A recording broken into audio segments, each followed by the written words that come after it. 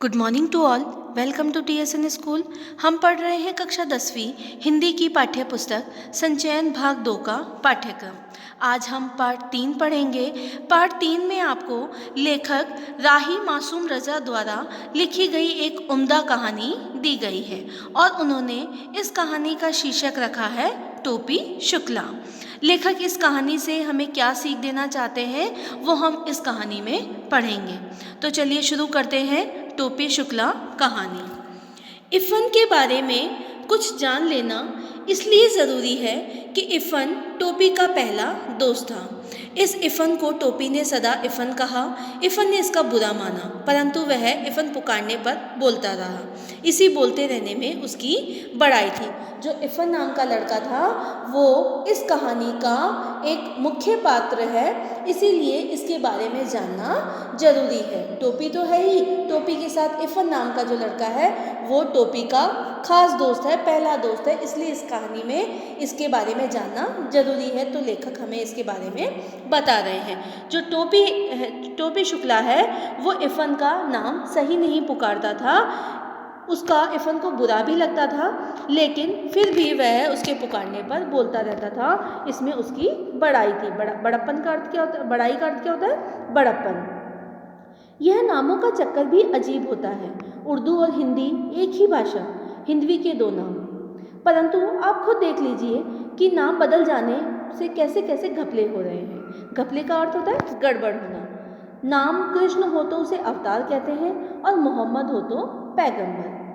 नामों के चक्कर में पड़कर लोग यह भूल गए हैं कि दोनों ही दूध देने वाले जानवर चराया करते थे। चाहे आप कृष्ण कहें चाहे मोहम्मद, दोनों ही जो गायें, दूध देने वाली जो गायें हैं उनको चराया करते थे। दोनों ही पशुपति गोवर्धन और ब्रजकुमार थे। इसलिए तो कहता हूँ टोपी के बिना इफ़न और इफ़न के बिना टोपी न केवल यह है कि अधूरे हैं बल्कि बेमानी है। इनका कोई वजूद नहीं है। ये दोनों एक दूसरे के बिना अधूरे हैं। इसलिए इफ़न के घर चलना जरूरी है। अब जो लेखक है वो बता रहे हैं कि हमें इफ़न के बारे में जानने के लिए हमें इफ़न के घर पर जाना पड़ेगा। मतलब उसके घर की जो दिनचर्या है, घर में कौन कौन लोग हैं, उनके बारे में भी जानना ज़रूरी है।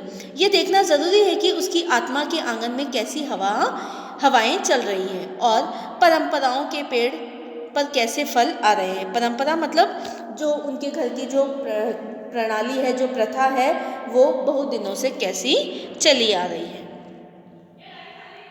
इफ़न की कहानी बहुत लंबी है, परंतु हम लोग टोपी की कहानी कह सुन रहे हैं, इसलिए मैं इफ़न की पूरी कहानी नहीं सुनाऊंगा, बल्कि केवल उतनी ही सुनाऊंगा जितनी टोपी की कहानी के लिए ज़रूरी है। इफ़न की जो कहानी है, मतलब इफ़न के बारे में, इफ़न के परिवार के बारे में बहुत लंबी चर्चा हो सकती है, लेकिन जो लेखक हैं वो कह रहे हैं कि मैं इतनी चर्चा नहीं करके इतनी बात आपको बताऊंगा जितनी टोपी शुक्ला के लिए इम्पॉर्टेंट है, महत्वपूर्ण है। मैंने इसे ज़रूरी जाना कि इफ़न के बारे में आपको कुछ बता दूं, क्योंकि इफ़न आपको इस कहानी में जगह जगह दिखाई देगा। मतलब इफ़न और टोपी शुक्ला का संबंध एक दूसरे से बहुत गहरा है। आपने ऊपर पढ़ा कि इफ़न के बिना टोपी और टोपी के बिना इफ़न अधूरे हैं, इसलिए लेखक हमें इफ़न के बारे में बता रहे हैं। ये दोनों आज़ाद व्यक्ति हैं, दोनों अलग अलग हैं। आज़ाद व्यक्ति मतलब स्वतंत्र हैं, आज़ाद हैं, अपने अपने घर में रहते हैं, अपना अपना इन दोनों का अपना अपना अलग अलग विकास है। इन दोनों व्यक्तियों का डेवलपमेंट एक दूसरे से आज़ाद तौर पर हुआ है। मतलब एक व्यक्ति जो है, एक लड़का जो है इफ़न, वो मुस्लिम परिवार से है और दूसरा व्यक्ति लड़का टोपी शुक्ला वो हिंदू परिवार से। दोनों की परवरिश अलग अलग है, दोनों का रहन सहन अलग है, दोनों का खान पान अलग है, फिर भी दोनों एक दूसरे के गहरे दोस्त हैं। इन दोनों को दो तरह की घरेलू परंपराएं मिली। इन दोनों ने जीवन के बारे में अलग अलग सोचा, फिर भी इफ़न टोपी की कहानी का एक अटूट हिस्सा है। अटूट हिस्सा मतलब ऐसा मजबूत हिस्सा है। दोनों के परिवार की स्थिति अलग है, दोनों की परंपराएं अलग है, दोनों का विकास अलग अलग है, फिर भी दोनों इस कहानी में एक अटूट हिस्सा मतलब मजबूत हिस्सा बने हुए हैं। यह बात बहुत महत्वपूर्ण है कि इफ़न टोपी की कहानी का एक अटूट हिस्सा है। लेखक बता रहे हैं कि ये बहुत महत्वपूर्ण बात है कि जो इफ़न है वो टोपी की कहानी का एक महत्वपूर्ण हिस्सा है। अब कैसे है वो हम इस कहानी में पढ़ेंगे। मैं हिंदू मुस्लिम भाई भाई की बात नहीं कर रहा हूँ, मैं ये बेवकूफ़ी क्यों करूँ। अब जो लेखक है वो कह रहे हैं कि आप इस कहानी की भूमिका को देखकर ये ना सोचें कि मैं हिंदू मुस्लिम भाई भाई की बात कर रहा हूँ कि दो दोस्त हैं जो हिंदू मुस्लिम हैं और वो आपस में भाई भाई हैं। ऐसी बात मैं नहीं कर रहा, मैं ऐसी बेवकूफ़ी नहीं करूँगा, ये लेखक कहना चाह रहे हैं। क्या मैं रोज़ अपने बड़े या छोटे भाई से ये कहता हूँ कि हम दोनों भाई भाई हैं? यदि मैं नहीं कहता तो क्या आप कहते हैं? हिंदू मुस्लिम अगर भाई भाई हैं तो कहने की ज़रूरत नहीं, यदि नहीं है तो कहने से क्या फ़र्क पड़ेगा, मुझे कोई चुनाव तो लड़ना नहीं है। अब जो लेखक हैं वो कह रहे हैं कि मैं ये बात नहीं कर रहा कि हिंदू मुस्लिम भाई भाई हैं, और ना ही मैं अपने छोटे या बड़े भाई को रोज़ उठकर सुबह कहता हूँ कि तू मेरा भाई है, मैं तेरा भाई हूँ, या फिर आप ऐसा कहते हो, नहीं।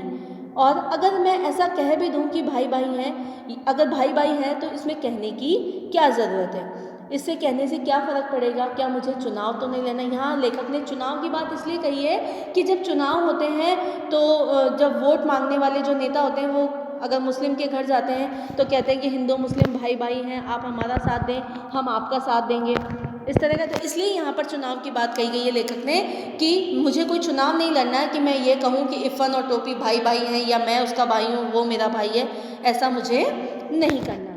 मैं तो एक कथाकार हूँ। कथाकार का अर्थ होता है कथा सुनाने वाला। मैं तो एक कथाकार हूँ, मैं आपको एक कथा सुना रहा हूँ, और एक कथा सुना रहा हूँ। मैं टोपी और इफ़न की बात कर रहा हूँ। मैं किसकी बात कर रहा हूँ? टोपी और इफ़न की। ये इस कहानी के दो चरित्र हैं, मतलब दो मुख्य पात्र हैं इस कहानी के। कौन सी कहानी?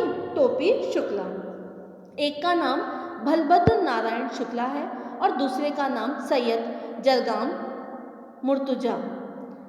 एक को टोपी कहा गया है, दूसरे को इफ़न। जो बलभद्र नारायण शुक्ला है वो टोपी के नाम से जाना जाता है और सैयद जरगाम मुर्तुजा के नाम से इफ़न जाना जाता है।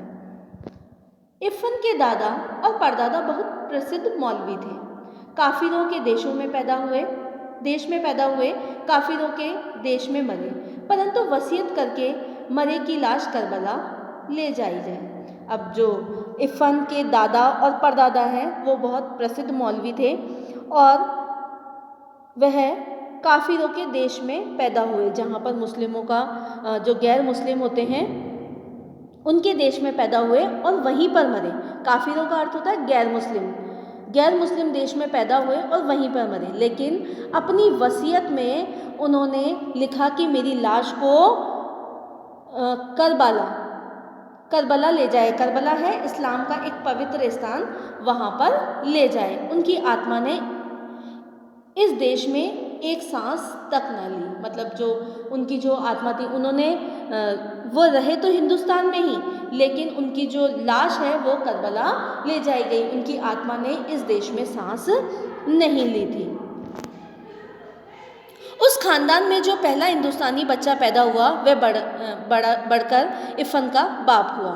जो इफ़न के दादा परदादा हैं वो तो करबला ले जाए गए, और जो हिंदुस्तानी बच्चा जो पैदा हुआ था वो कौन थे? इफ़न के पिताजी। जब इफ़न के पिता सैयद मुर्तुजा हुसैन मरे तो उन्होंने ये वसीयत नहीं की कि उनकी लाश करबला ले जाई जाए। वह एक हिंदुस्तानी कब्रिस्तान में दफन किए गए। जो इफ़न के पिताजी थे उन्होंने कभी भी वसीयत में ऐसा नहीं लिखा कि उनकी लाश कहाँ ले जाई जाए, इसलिए उन्हें हिंदुस्तानी कब्रिस्तान में भी दफनाया गया। इफ़न की परदादी भी बड़ी नमाजी बीवी थी। नमाजी का अर्थ होता है जो नियमित रूप से नमाज पढ़ने वाला हो। मतलब इफ़न की जो दादी थी वो कट्टर मुस्लिम थी और रोज़ नमाज पढ़ा करती थी। करबला, नजफ, कुरसान, काजमैन और न जाने कहाँ की यात्रा कराई थी। मतलब ये जो पवित्र मुस्लिम स्थान हैं ये सारे, यहाँ की यात्रा उनकी इफ़न की परदादी कराई थी। परंतु जब घर में कोई परंतु जब घर से कोई जाने लगता तो वह घर के दरवाजे पर पानी का एक घड़ा रखवाती और माश का सदका भी जरूर उतराती। मतलब जो इरफान की दादी थी वो कट्टर मुस्लिम थी, रोज़ नियमित रूप से नमाज भी अदा करती थी, लेकिन हिंदू परिवारों के साथ रहकर वह सदका मतलब टोटके भी करती थी।